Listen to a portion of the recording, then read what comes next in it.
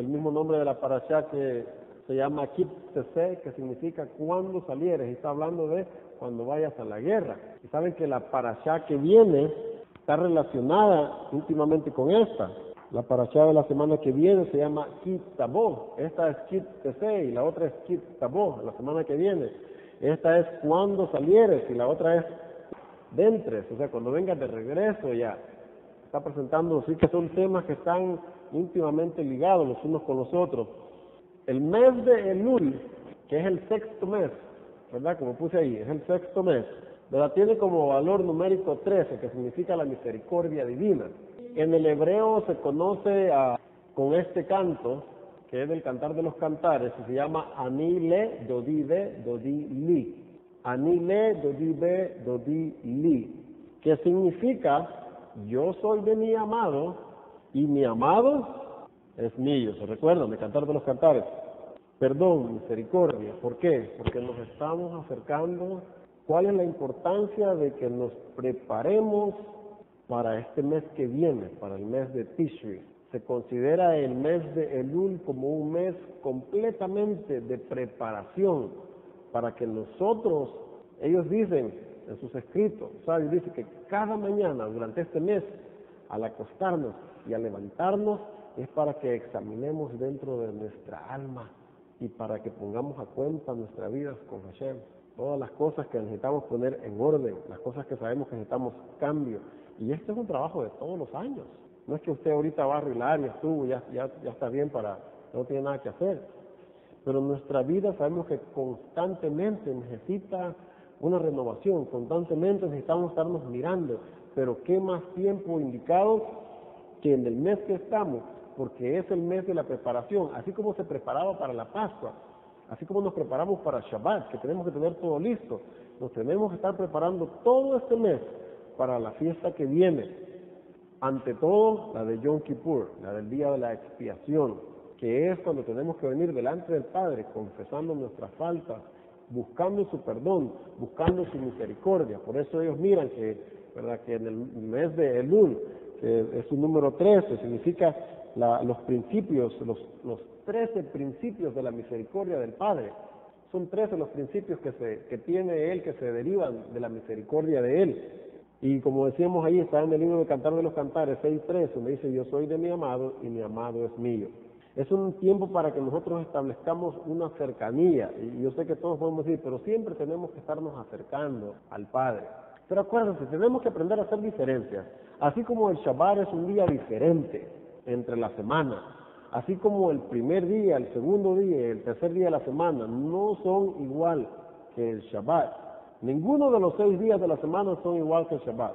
El Shabbat es un día especial, en el cual venimos ante la presencia del Padre, para el cual nos estamos preparando dentro de semana. Igual son las fiestas, nos preparamos con tiempo. No es que solamente en ese tiempo vamos a estar arrepintiéndonos, buscando perdón o confesando, no.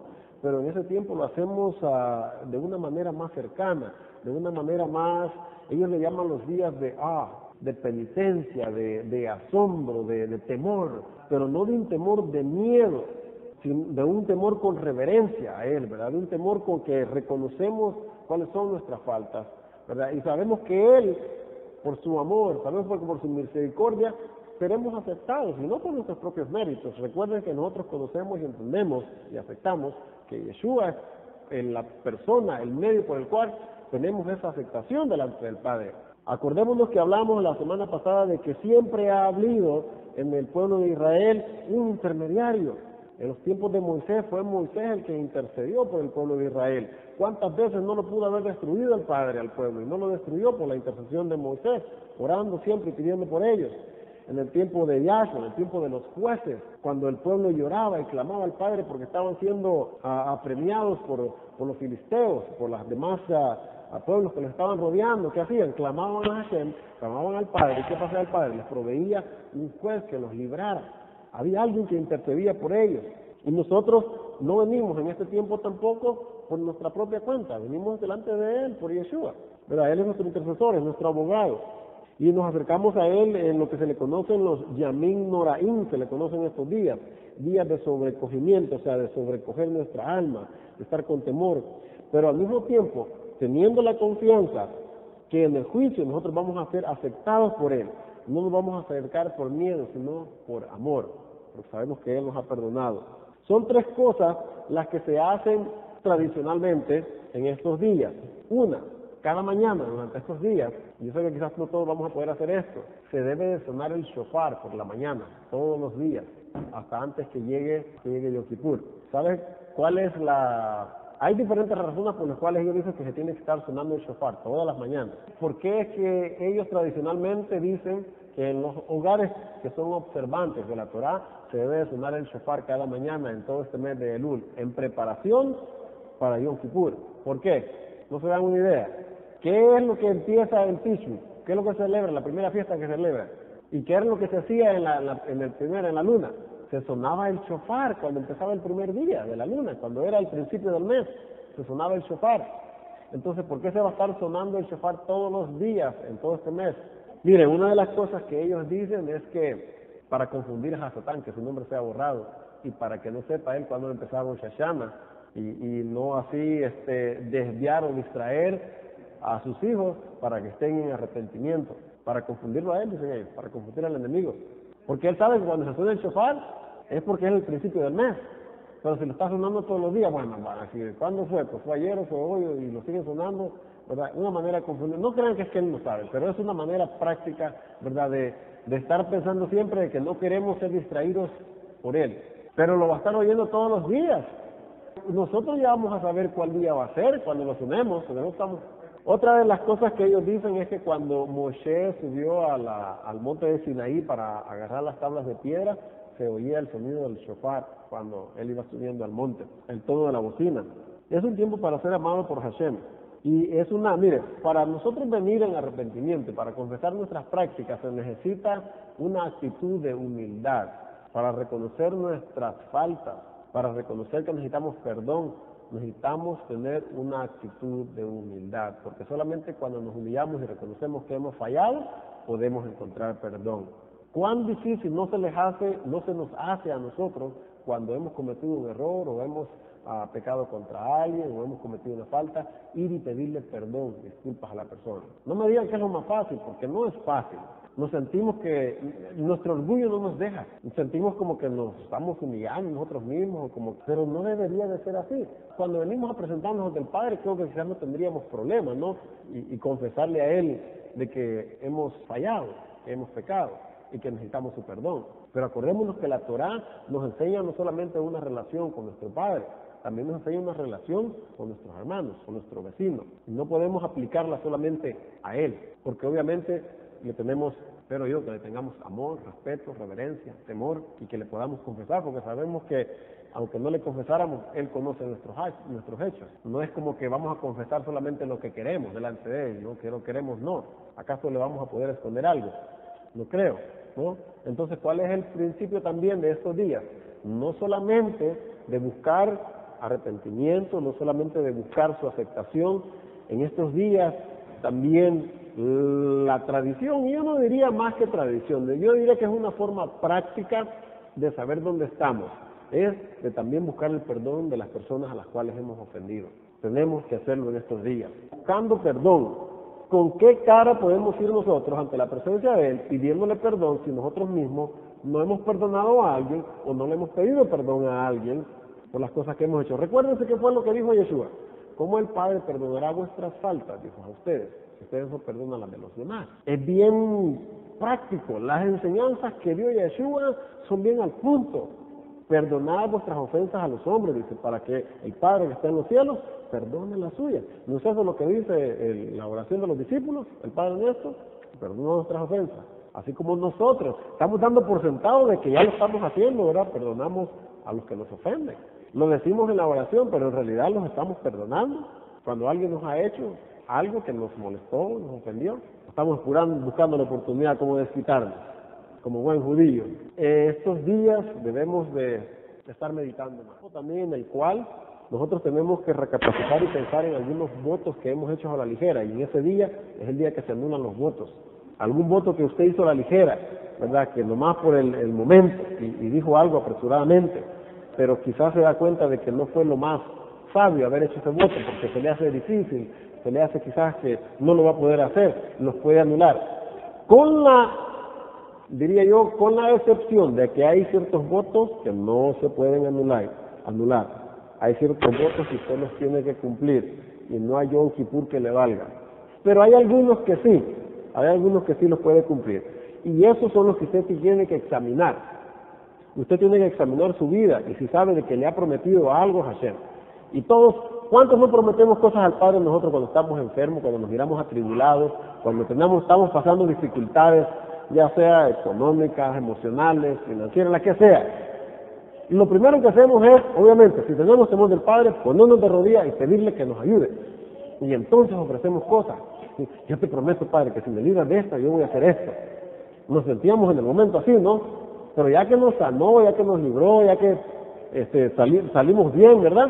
¿Qué pasa? Ya que como que ya no lo queremos hacer a veces, ¿verdad? No digo que es el caso de todos, porque yo no voy a hablar por ustedes, pero yo sí puedo hablar por mí mismo. Yo sé que a veces que nos hemos quedado, ¿para qué dije eso? Si se le hace pesado. Entonces, ese es el tiempo en el cual estos días que faltan de todo este mes de Elul, ya estamos en cuántos días, ya pasaron 9 días de este mes, son 40 días, empezando el mes desde el 1 de Elul hasta el día 10 de Tishri, que es cuando es el Yom Kippur, son 40 días. Son los 40 días que tradicionalmente subió Moisés al monte Sinaí y regresó con las tablas de piedra. También recuerda el pecado de Israel, que cayeron con el becerro, ¿verdad?, de oro, cuando él regresó. Pero al mismo tiempo hubo perdón de parte del Padre. Le dijo a Moshe, cuando él intervino, ¿verdad?, arréglate y alízate otras tablas como las primeras, y vuelve a subir para que te vuelva a escribir los mismos mandamientos en las tablas de ellos. Renovando el pacto, ¿nos acordamos? Ahora, esto solamente lo estoy mencionando a manera de que estemos conscientes del mes que estamos. Ya falta poquito, el tiempo se va rápido. ¿Qué tanto fue la última vez que estuvimos en Yom Kippur en aquella sinagoga? Bueno, la parashá esta semana. ¿Cómo comienza la parashá esta semana? Cuando salgas a la guerra. ¿Qué pasaba cuando salían a la guerra? ¿Cuáles son las cosas obvias que suceden en una guerra después de que el ejército gana? El botín, los despojos, el pillaje, y qué otra cosa es una verdad de la guerra que siempre sucede. ¿Qué pasa usualmente y que lo podemos estar viendo nosotros en la guerra que está sucediendo en Irak? Las quejas, ¿verdad?, en Afganistán y lo que ha sucedido en todas las guerras. ¿Qué pasa con las mujeres? Son raptadas y son violadas. Ha sucedido y sigue sucediendo en todas las guerras. Siempre ha sucedido eso. En los tiempos modernos, ustedes han escuchado las noticias, ¿no?, de las quejas que ha habido de los soldados americanos, de cómo se han aprovechado en Irak de las mujeres y han hecho esto. Pero no solamente ellos han hecho esto, ¿verdad? Todos los ejércitos hacen eso, sin excepción. ¿Por qué se queja Irak si también ellos hacen lo mismo? ¿Por qué se va a quejar Rusia si él ha hecho eso? ¿Por qué se van a quejar los afganistanos si ellos también han hecho lo mismo? ¿Por qué se va a quejar cualquier país si cuando ellos han ido a la guerra han hecho lo mismo? Entonces el Padre quiere marcar la diferencia, que su pueblo de Israel no va a actuar de esa manera, y por eso está prescribiendo esos mandamientos, y le está diciendo que cuando tú salgas a la guerra, tú no vas a hacer lo mismo que hacen las otras naciones después de que ganan y recogen el botín. Usan, violan a las mujeres y después las tiran o las matan. Si tú ves, está diciendo la parashá, dentro de las cautivas, una mujer que te guste, esta es la forma como tú vas a proceder si la quieres tomar por esposa. Para empezar, no la vas a utilizar solamente. Si te gusta, la única opción que yo te doy es que la tomes por esposa. ¿Se fijan la diferencia que el Padre quiere hacer con el pueblo de Israel? Eso es ser kadosh, eso es ser diferente a los demás.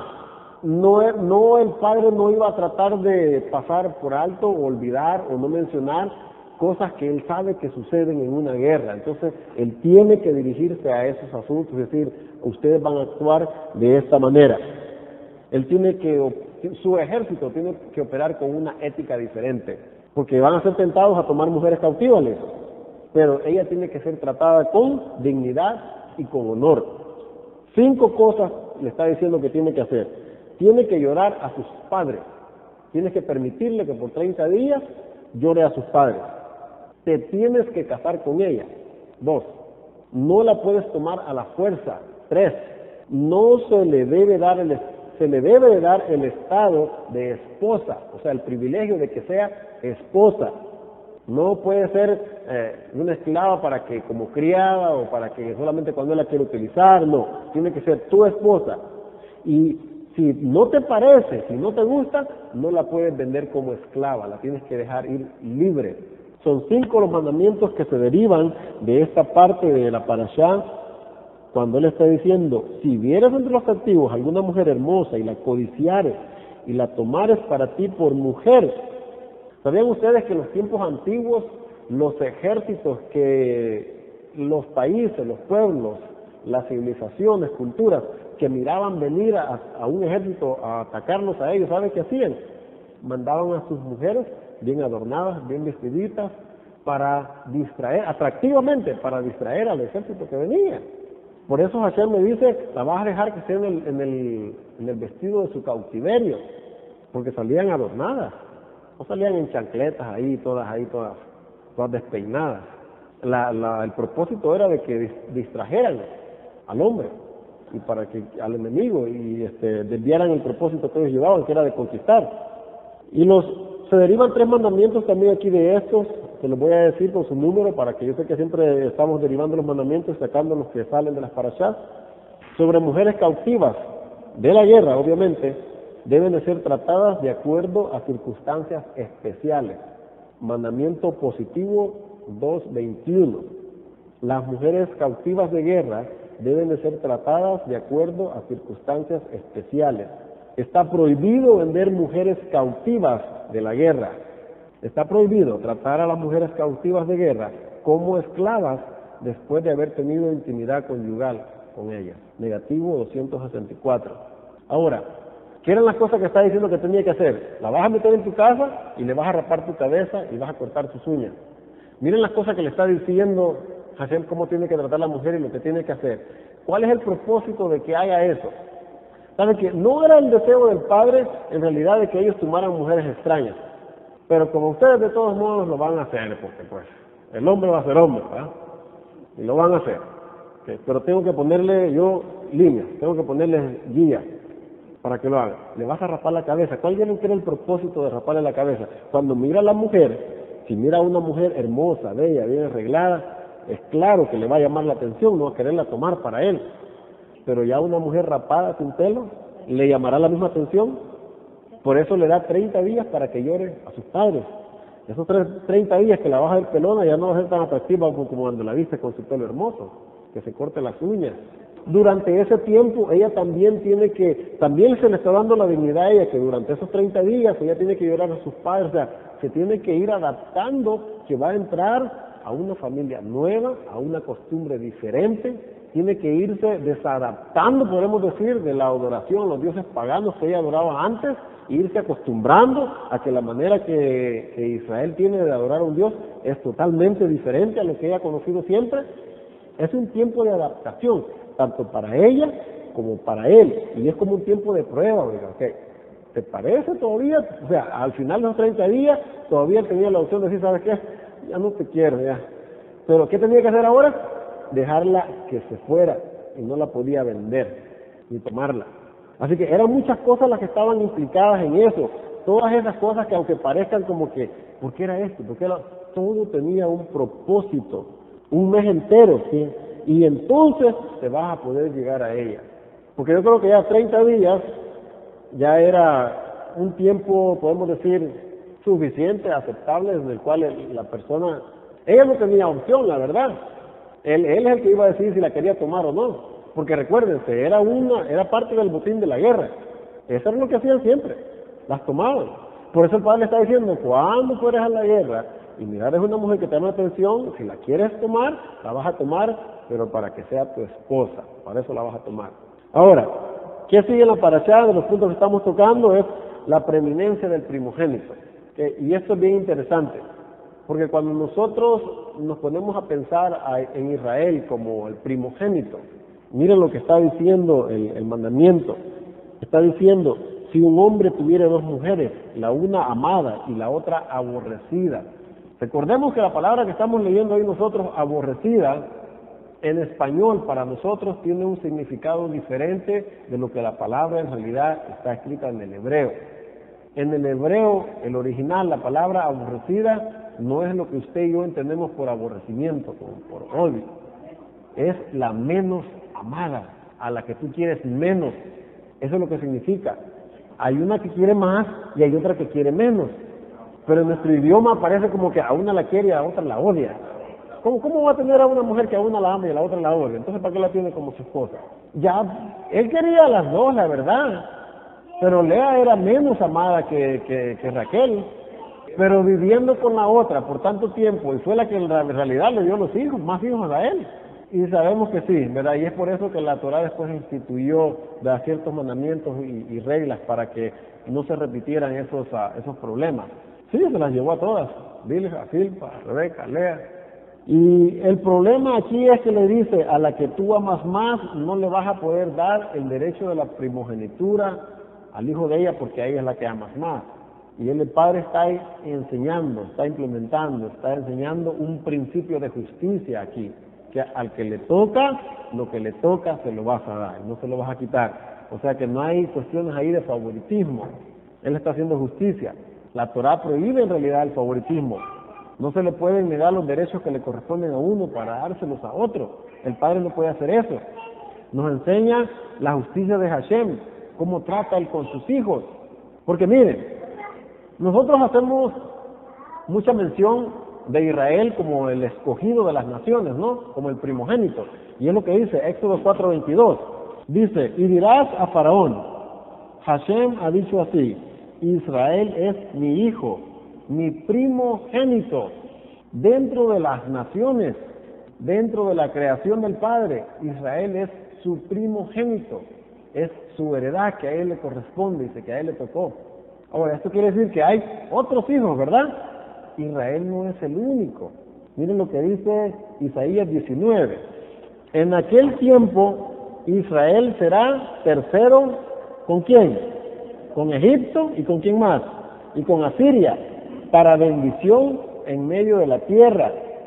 Porque Hashem de los ejércitos los bendecirá diciendo, bendito el pueblo mío, Egipto, y el asirio, obra de mis manos, es Israel, mi heredad. Entonces, no pensemos de que el Padre no tiene en cuenta a Egipto, no pensemos que el Padre no tiene en cuenta a Siria, que Él está solamente preocupado por Israel. Sí está preocupado Él por Israel, porque es su primogénito, obviamente, es su pueblo escogido, pero también tiene otros hijos.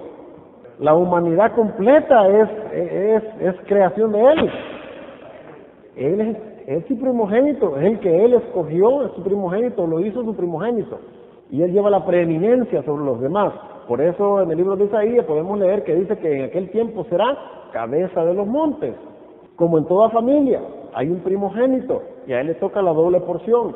No es que los otros hijos no importen, claro que importan también, pero es que no fue eso lo que él le había dicho que iba a hacer. Acuérdense que Ismael vino por obra personal de Abraham y de Sara, que dijeron, ayudémosle, ¿verdad? Agar no era su esposa era Sara. Y él de antemano ya, el padre le había dicho, te voy a dar un primogénito de ustedes dos. Pero aún así el padre le dijo, no lo voy a dejar sin bendición. Él le dijo, yo lo voy a bendecir. Él van a ser 13 príncipes, van a ser 12 príncipes también de él. Era así, pero ahí el problema fue que él la desechó. Él como quien dice, yo no la quiero. Y si alguien no lo quiere, pues el padre no obliga a nadie, ya sabemos eso. Ahora, entonces, el padre tiene otros hijos, ¿verdad? Estamos viendo aquí que está mencionando a Egipto y a Siria como sus hijos también, ¿ok? Yo no sé cuántos habían notado ese versículo, habían prestado atención a eso. Porque fíjense que el Padre está diciendo, en aquel tiempo, se recuerdan que estamos hablando siempre que se menciona en las Escrituras, en aquel tiempo está hablando del futuro, de lo que cuando el Padre restablezca las cosas. No, tercero es que son tres con ellos, está diciendo. Son tres, los asirios, Egipto e Israel. Será tercero, o sea que son tres. Pero ya sabemos que si Israel es el primogénito, pues es el principal de los tres. Recordemos también que, mire, el Padre hizo un pacto con Noé antes que lo hiciera con Abraham. En realidad el pacto con Abraham es una reafirmación que el pacto que él hizo con Noé lo voy a hacer, no se ha olvidado. Noé, ¿cuántos hijos tuvo? tuvo 3 también, que fueron Ham, Jafet y Seth, ¿no? Fueron 3. ¿De dónde viene el pueblo de Israel? Sem, por eso les conocen los semitas. Los otros 2 hijos de él, que son Ham, que de ahí se derivan los africanos, ¿no? Los morenos, y los otros Jafet, que se cree en realidad que los 3 eran de diferente color, y por eso a veces los rabinos dicen, bueno, ¿tuvo 3 mujeres? ¿O cómo está que una misma mujer? Porque Noé cuando nació, ¿saben ustedes que el libro de Noé, que dice cuando nació Noé? ¿Ya leyeron hasta ahí? Esto me dice cómo fue Noé cuando nació. Dice que sus padres se quedaron asombrados, porque cuando nació, él nació con una brillantez. Sus ojos eran rubios, sus ojos era una cosa que nunca jamás habían visto un niño tal. Dicen que nació hablando también. Sí, o sea, se les hizo raro porque dicen que era un niño con una tez, el pelo y todo tan brillante y nació hablando. Así lo miraríamos nosotros que tenemos las ideas preconcebidas de que no puede hablar un niño naciendo, ¿verdad? Pero recuerden que aquellos tiempos fueron otros tiempos, ¿verdad? Donde se miraron y se vieron cosas que para nosotros ahora muchas de esas cosas las han presentado como mitos, ¿verdad? Las han presentado como leyendas, ¿verdad? Como leyendas las han puesto que sucedieron esas cosas, ¿verdad? Las guerras entre los dioses, Hércules y todas esas cosas de la mitología griega las han puesto como historias y como leyendas, pero en realidad muchas de esas cosas, déjenme decirles, son verdad y pasaron, aunque a ustedes se las hayan contado como mitos, son verdad. Han encontrado muchas evidencias, ¿verdad? En la arqueología, en todo eso, que esos seres existieron con esos nombres, que no son parte de la imaginación y la invención humana, porque son los descendientes de Noé, de Ham y de Jafet. Son 3 los hijos, y Israel salió de Sem, son descendientes de ellos, por eso. Asiria es descendiente de Jafet, y Egipto es descendiente de Ham, y Israel es descendiente de Sem. Son los 3 hijos de Noé. Es lo que le estoy diciendo, es el pacto que el Padre hizo con Noé. El Padre es el mismo pacto que hizo con Adán. Y el Padre no tiene diferentes pactos, un pacto aquí con este. Es el mismo pacto que ha sido desde el principio. Nomás que les ha ido dando diferentes detalles, más detalles, de diferentes formas, porque han sido otros tiempos, porque ya es una genealogía, ¿cómo se dice? Una descendencia más adelante, pero nos está recordando, lo que yo le prometí a tus padres sigue en vigencia, y ahora contigo va a ser de esta forma, sí, pero no es otro pacto, es el mismo siempre, porque no es como que el Padre se anda inventando un pacto nuevo, ya de esta otra generación, con esto voy a hacer otro. Entonces estamos haciendo y diciendo que el Padre cambia de parecer, que cambia de pacto. Es el mismo pacto, es la misma promesa que le dio a Adán cuando le dijo de que la descendencia de la mujer, aunque iba a ser, ¿verdad?, golpeada en el calcañal, pero ella dice que iba a pegarle en la cabeza a la ascendencia de la serpiente. Recordemos que en las parashá nosotros que entendemos que Yeshua es nuestro Mesías, tenemos que siempre estarle buscando, porque él mismo lo dijo, Moisés y los profetas hablaron de mí. Entonces, ¿cómo se aplica entonces esto de la primogenitura para Yeshua? Así como el Padre no puede cambiar la primogenitura que es para Israel y los derechos que le tocan a Israel, de la misma manera, Él no puede cambiar lo que le toca a Yeshua como su primogénito. Porque ustedes han escuchado de cosas, creo yo, no sé si las han escuchado, los han leído, de que Yeshua tenía un hermano y que en realidad pues el enemigo pues era su hermano, ¿verdad? ¿Han escuchado eso? ¿Nunca habían leído eso? Hay unos salmos que dan indicación de que de que Lucifer, y por las cosas que dice uno de los salmos, que era su hermano. No vamos a entrar ahorita ahí, pero eran hermanos, supuestamente, ¿no? Y que por su rebelión al Padre, pues, el enemigo en realidad perdió, pues, la posición que él tenía. Una rebelión allá. Así como Esaú, que era el primogénito, pero por su rebelión, por su rebeldía, por su desobediencia, no le tocó a él, le tocó a Jacob. Miren, hermanos, la historia de una forma u otra se ha ido repitiendo, en diferentes niveles en la creación, pero se ha ido repitiendo. La primogenitura, le busque como le busque usted, le corresponde a Yeshua. Dijo, él es mi primogénito. Ahora, las escrituras nos enseñan de que el Padre tiene hijos. El libro de Job, los Salmos, los Proverbios, enseñan de que, dice, cuando los hijos del Altísimo se presentaron, dice, en la reunión, entre los cuales también iba ¿quién? Borrado sea su nombre, ¿no? Entre los cuales entonces se consideraba un hijo de él también. Sí, pues también es de su creación. Si él es un ser creado, tiene que ser hijo de él también, un hijo rebelde, pero es hijo. Entonces, ¿el castigo para qué es? Va a ser castigado. ¿Qué es lo que estamos estudiando en esta parashá? ¿Qué es lo que pasa con el hijo rebelde? Un contumaz. Tenía que ser apedreado y matado. Y ahorita vamos a llegar a eso, pero antes de llegar a eso, quiero que miremos que nosotros a veces cuestionamos el porqué del dolor. Nosotros a veces cuestionamos el porqué del sufrimiento, especialmente como personas y pueblos como en el África, que hay tanta hambre, que hay tanta pobreza, que hay tanta injusticia.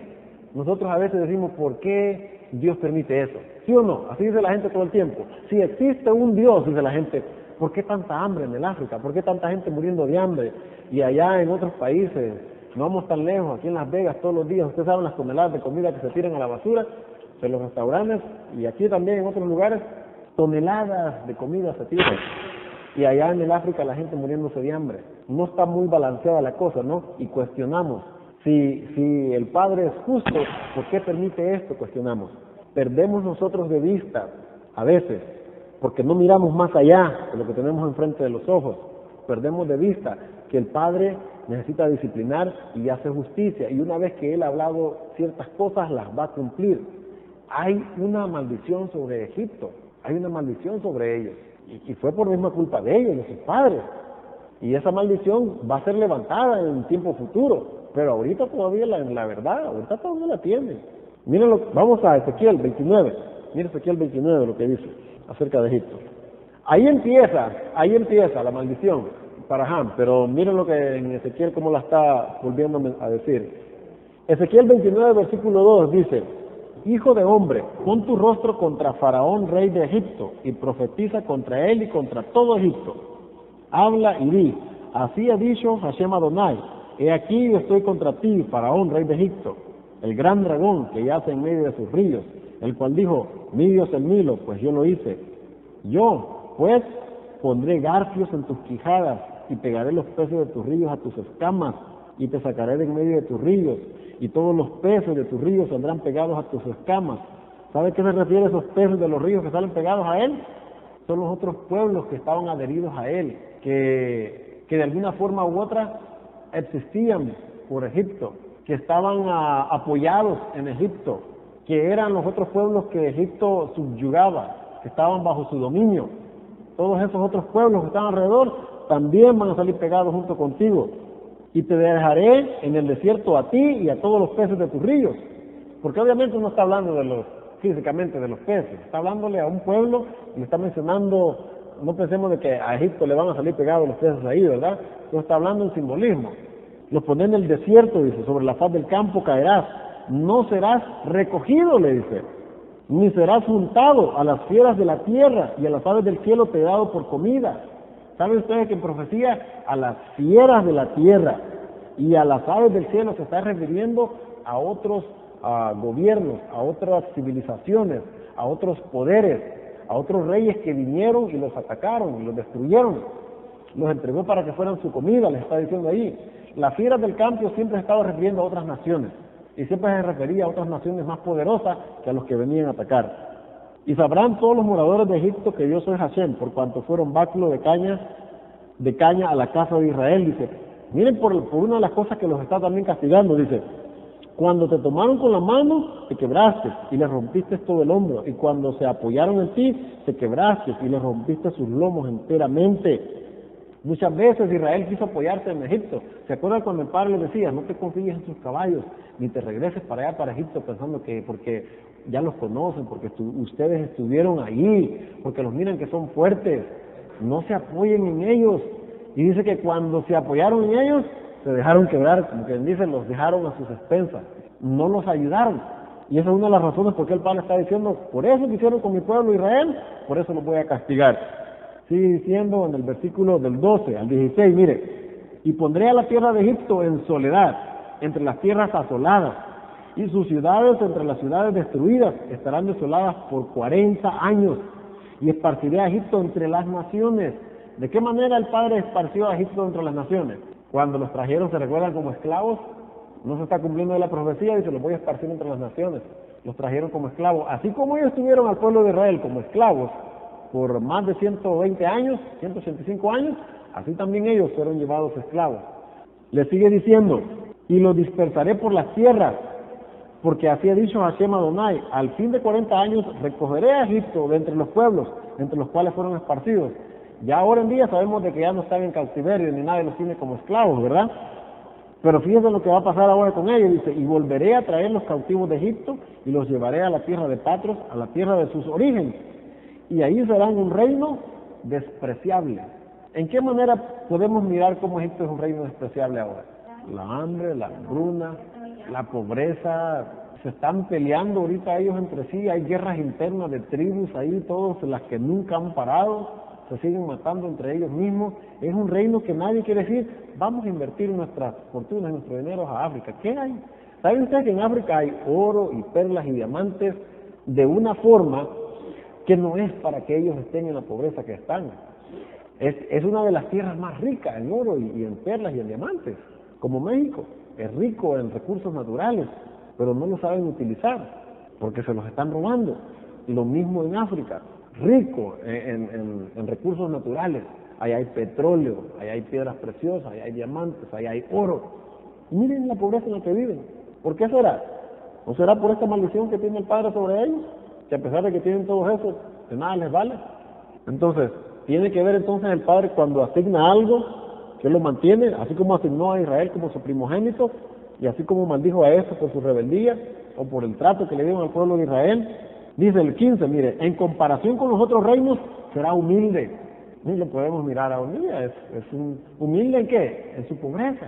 Son de los países más pobres. Todos los países de las Naciones Unidas están tratando siempre de reunir fondos, comida y todo, y mandarlos para allá, porque la pobreza en la que viven es una cosa bien, da tristeza, la verdad. Mirar a esos niños cómo están. Usted ha visto la televisión, los programas, ¿no? Se les pueden contar los huesos. Cuando hay recursos para que el gobierno no estén viviendo de esa manera. Y le sigue diciendo, nunca más se alzará sobre las naciones. Nunca más Egipto se ha levantado como un poder como lo fue en los tiempos de cuando tuvo cautivo a Israel. Nunca más se volvió a levantar y no se va a levantar.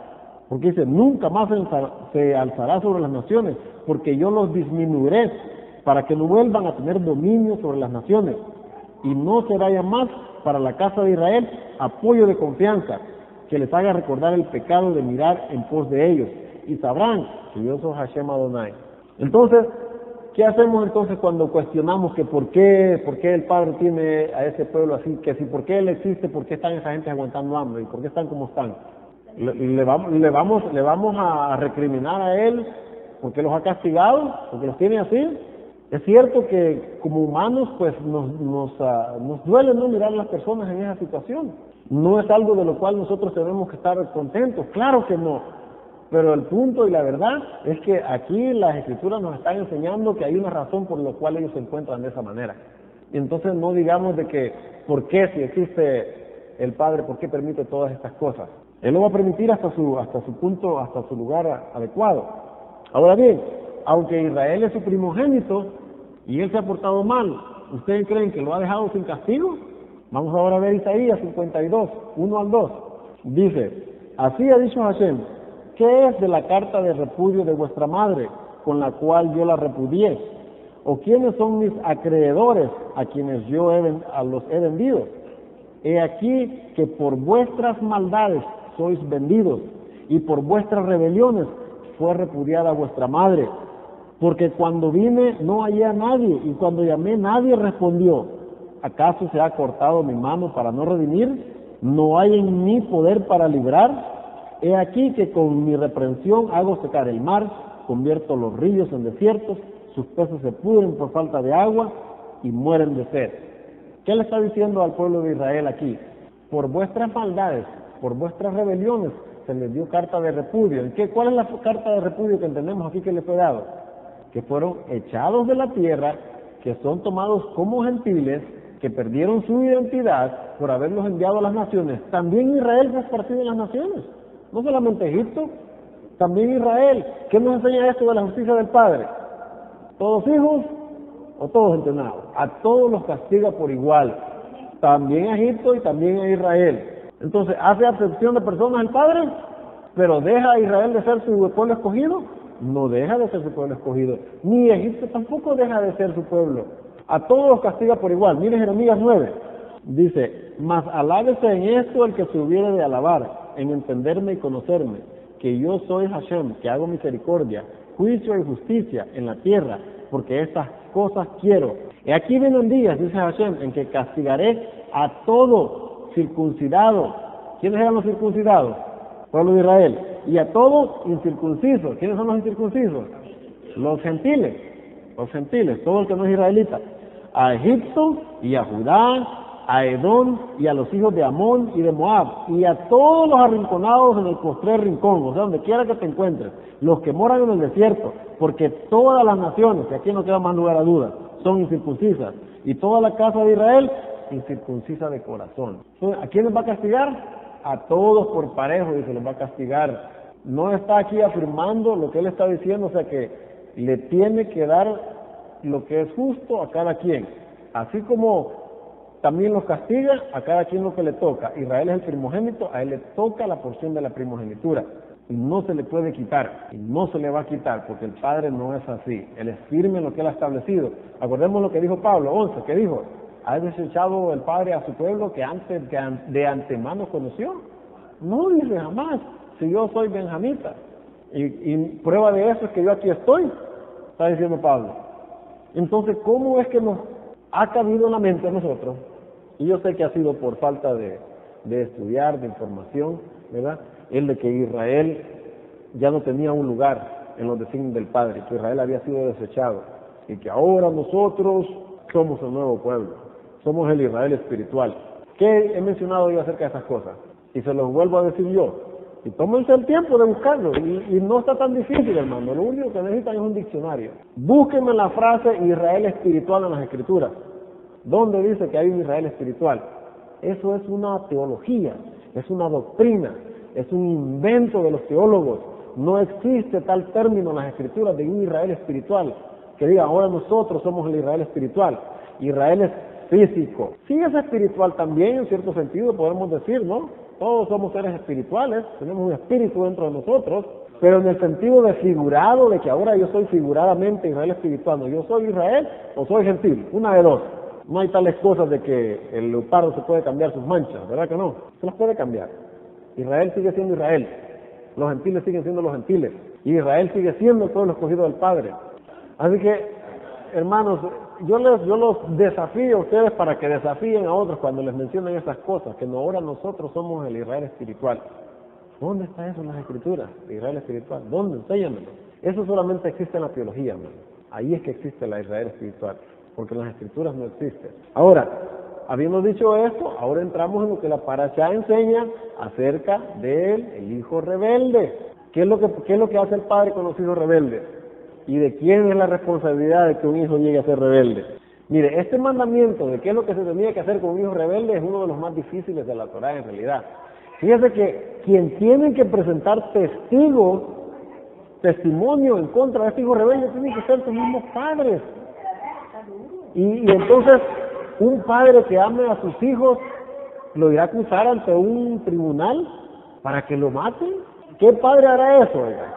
Entonces, por eso los sabios dicen, es uno de los mandamientos más difíciles. Dicen los sabios que nunca jamás se dio un caso en Israel en el cual trajeron a un hijo rebelde contumaz para que fuera enjuiciado y fuera matado. Nunca se ha dado, dice, y nunca se dará. Miren lo que dicen ellos, se les voy a leer literalmente lo que dice en el libro Sanedrín 71a, dice, nunca ha habido un caso de rebeldía y necedad de un hijo traído a juicio, y nunca lo habrá, dice. Entonces ahora ellos dicen, ¿para qué entonces fue escrita la ley? O sea, este mandamiento en la Torá, ¿para qué fue entonces escrito? Dice, para que la estudiemos y recibamos recompensa al estudiarla, dicen ellos. Pero hay un poquito más, en realidad, ¿para qué fue escrita? El mandamiento mismo dice, para que haya temor en Israel. En realidad es una advertencia para los padres, para que sepan criar a sus hijos bien. Ese es el principio más importante. Ahora, ¿cuáles son las objeciones que ellos presentaban por qué era bien difícil cumplir este mandamiento? Para que este mandamiento se pueda cumplir, miren, decían ellos, tiene que cumplirse esto. Para empezar, el hijo tiene que tener la edad de madurez suficiente, o sea, tiene que ser responsable por él mismo. No se podía traer a un niño que todavía no fuera responsable. ¿A qué edad era responsable el niño? Al bar mitzvah, después de los 13, ¿ok? Ahora, no queda pasada la pubertad, más o menos, lo que se conoce como la pubertad. 1. 2. Todavía estaba considerado bajo la mayordomía de los padres. Un hijo, aunque se haga la bar mitzvah, de 13 años, todavía está bajo el dominio de sus padres. Y si está bajo el dominio de sus padres, ¿qué significa eso? ¿Se manda solo o tiene que hacer lo que los padres le dicen? Y se van a ir dando cuenta que la responsabilidad sigue cayendo en verdad siempre sobre los padres. La tercera objeción que ellos presentan es que puede ser culpable, no tiene que ser culpable solamente de desobediencia, tiene que ser culpable también de glotonería y de borrachera. Son 3 cosas de las que tiene que ser culpable para que pueda ser enjuiciado. Si él está bajo el dominio de los padres, si él está bajo la mayordomía de los padres, entonces, ¿de quién será culpa entonces si el hijo se emborracha y es un glotón? ¿Se lo van a permitir los padres? ¿De dónde agarró el vino? Si es un hijo de dominio, como decimos nosotros, ¿de dónde agarró la comida extra? ¿Será que a veces los padres le permiten a los hijos muchas cosas que en realidad, en vez de estarles ayudando, en realidad los padres somos los responsables, los que anden haciendo graffiti? Mira, hasta cierto punto sí están haciendo una nueva ley en cuanto a eso. Hasta cierto punto en realidad sí son responsables los padres. Lo que pasa es que este país tiene leyes contraproducentes. Por un lado los quieren hacer responsables a ellos, pero por otro lado no dejan que el padre castigue a su hijo. Entonces, ¿cómo le hacemos? Es falta de entendimiento, falta de cultura. Si tú quieres que yo mantenga a mi hijo en la raya y que no ande haciendo eso, déjame entonces que yo lo castigue. ¿Pero por qué se ha hecho esa ley? Porque en realidad también se abusan de los niños, los castigan más de la cuenta. Entonces el padre tiene que saber castigarlo, porque como los padres no lo saben castigar ni disciplinar, por eso también que se han tenido que hacer leyes para evitar que se abusen los niños. Entonces, de una forma u otra, los padres están entre la espada y la pared. Si lo castigan, porque lo castiga, y si lo deja hacer, también lo hacen responsable, lo castigan más. Pero en la cultura de la Torá, esto no se da. Se hace lo que dice el papá y punto. Estaba bajo dominio, él es el que tiene que decir qué es lo que se va a hacer. Ahora, otra cosa que ellos ponen como objeción de que esta ley era bien difícil de cumplir es una cuarta. Dice, para que él fuera culpable de glotonería, dice, borrachera, el hijo tenía que haber ido a robar la comida y el vino y el dinero para hacer esas cosas. Porque si el padre se los dio, entonces no es culpa del muchacho, es culpa de los padres, ¿verdad? Para que fuera culpable el niño, se lo tenía que haber ido a robar. Y si se lo fue a robar, quiere decir que entonces los padres no lo tenían sujetado. No tenían control de él. Entonces, últimamente, ¿de quién era la culpa? De los padres, por no saber criar a sus hijos. Entonces, por eso ellos decían, nunca se ha dado un caso de estos en Israel, ni nunca se va a dar, dice, porque para que se llegue a cumplir, todas estas cosas tienen que pasar, dice, para que él sea verdaderamente culpable. Padres forman el carácter de los hijos. Los hábitos que se forman y que se permiten, los padres somos los responsables de ellos. El niño se viste como se viste porque la mamá le compra la ropa. Esos hijos que ahora andan con los pantalones caídos por aquí, ¿quién se los compra? Ellos no trabajan para comprárselos, ¿verdad? Entonces, ¿quién en realidad, sobre quién cae la responsabilidad? Este es un problema y ahorita vamos a ver en la parashá pensando de que más adelante se va a corregir. No sucede eso. Usted tiene que corregirlo ahora. No espere que él se corrija mañana porque eso no pasa. En cuanto a la glotonería, a veces que nos cae en gracia, que el niño come de todo, mira y todo. No, desde pequeñito vaya enseñándole que hasta aquí y ya estuvo. Todos esos niños obesos es culpa de los papás, es culpa de los papás. A veces nosotros pensamos que el amor se lo demostramos a nuestros hijos dejándolos hacer lo que ellos quieran. Ese no es amor. El amor se demuestra más cuando se disciplina, aunque no parezca así, aunque parezca como que es duro el padre, pero no es así. Esto sabemos que es una advertencia para los padres que son responsables como crían a sus hijos, porque el versículo aquí está diciendo, y Israel oirá y temerá. Entonces está diciendo, en realidad, es para que los padres pongan atención cómo crían a sus hijos. Porque nuestra tendencia a disminuir el mal comportamiento no hace sino mal al muchacho. El de pasar por alto, el que ellos se porten mal, el querer mirar a otro lado, ¿verdad? Como que si su hijo, suponga que usted anda por ahí y mira que su niño le pegó al otro niño en la calle.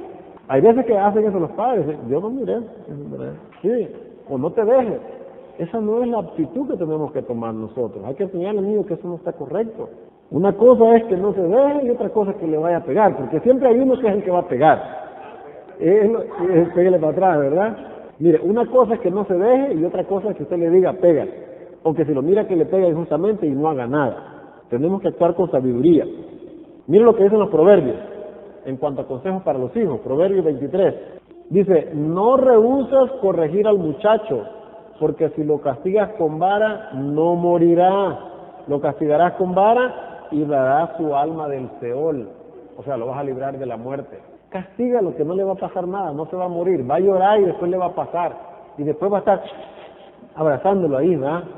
¿Sí o no? No le pasa eso a los hijos, después de que los castigan, si es que usted alguna vez los ha castigado. Que después llegan ahí llorando y abrazándolo. Ay, mami, perdóname.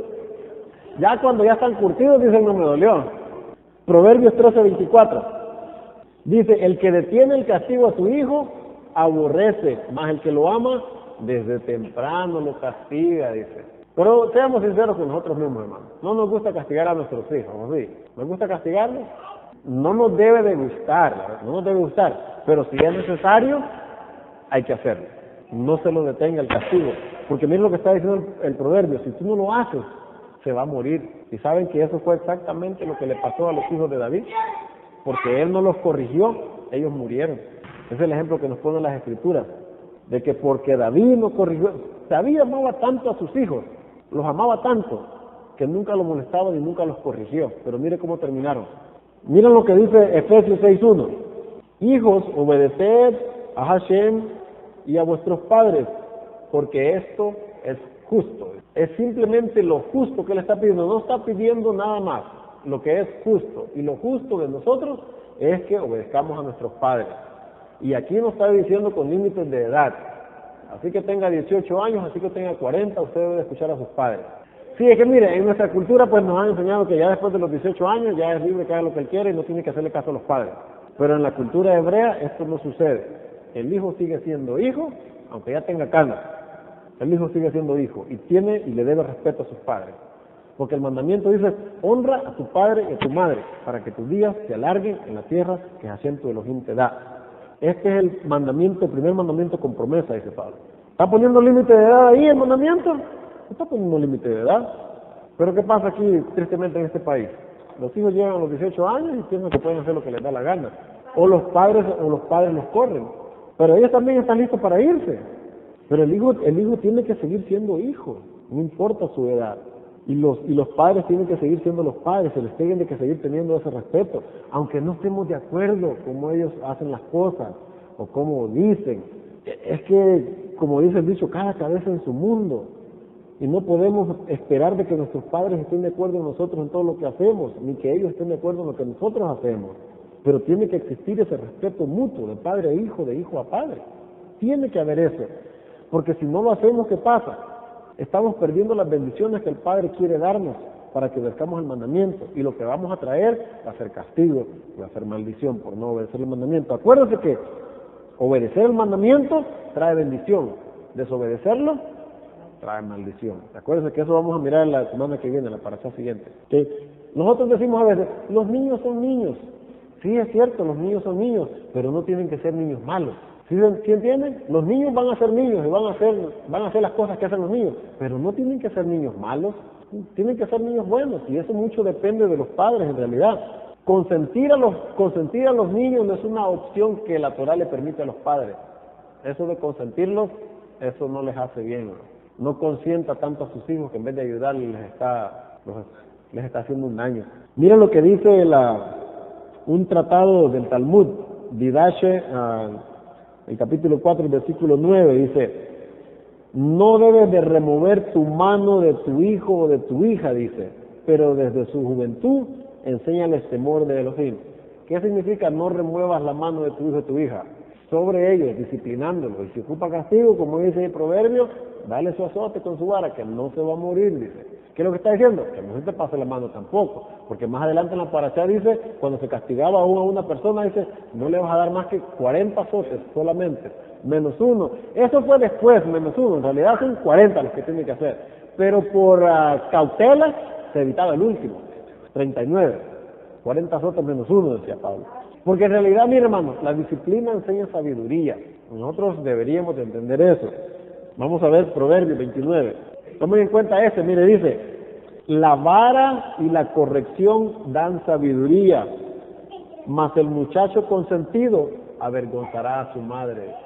Cuando los conscientes, ¿qué es lo que hacen? No hacen cosas que últimamente hacen quedar en vergüenza a los padres, cuando hacen las cosas que hacen. Por eso está diciendo, la vara y la corrección traen sabiduría. Castigue a su hijo por lo que hizo, y lo castigue, que entienda bien el mensaje, por qué lo hizo, y créanme que si son entendidos, no lo van a volver a hacer.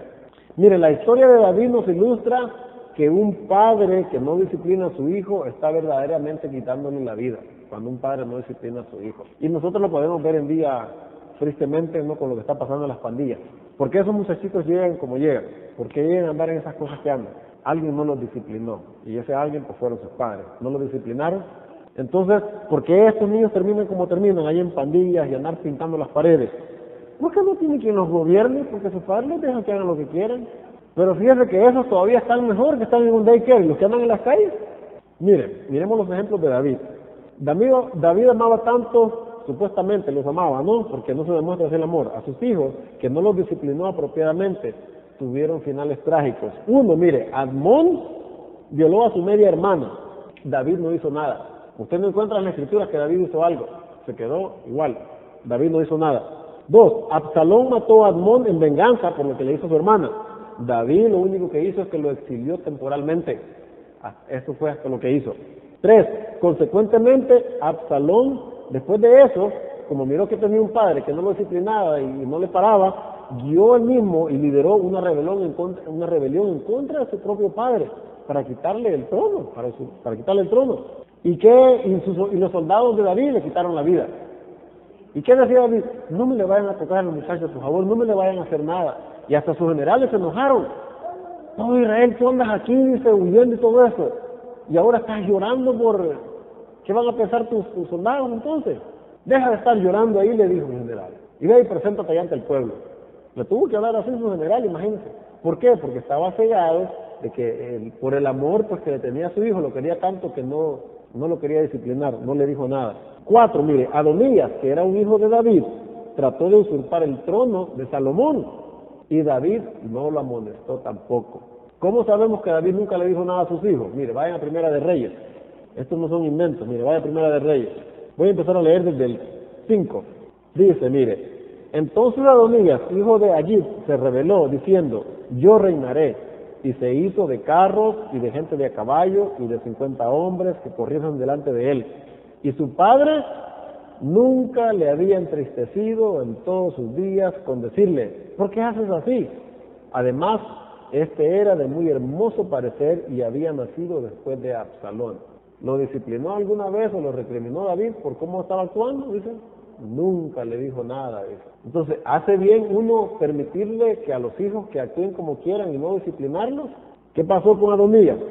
Salomón lo mandó a matar, porque quiso.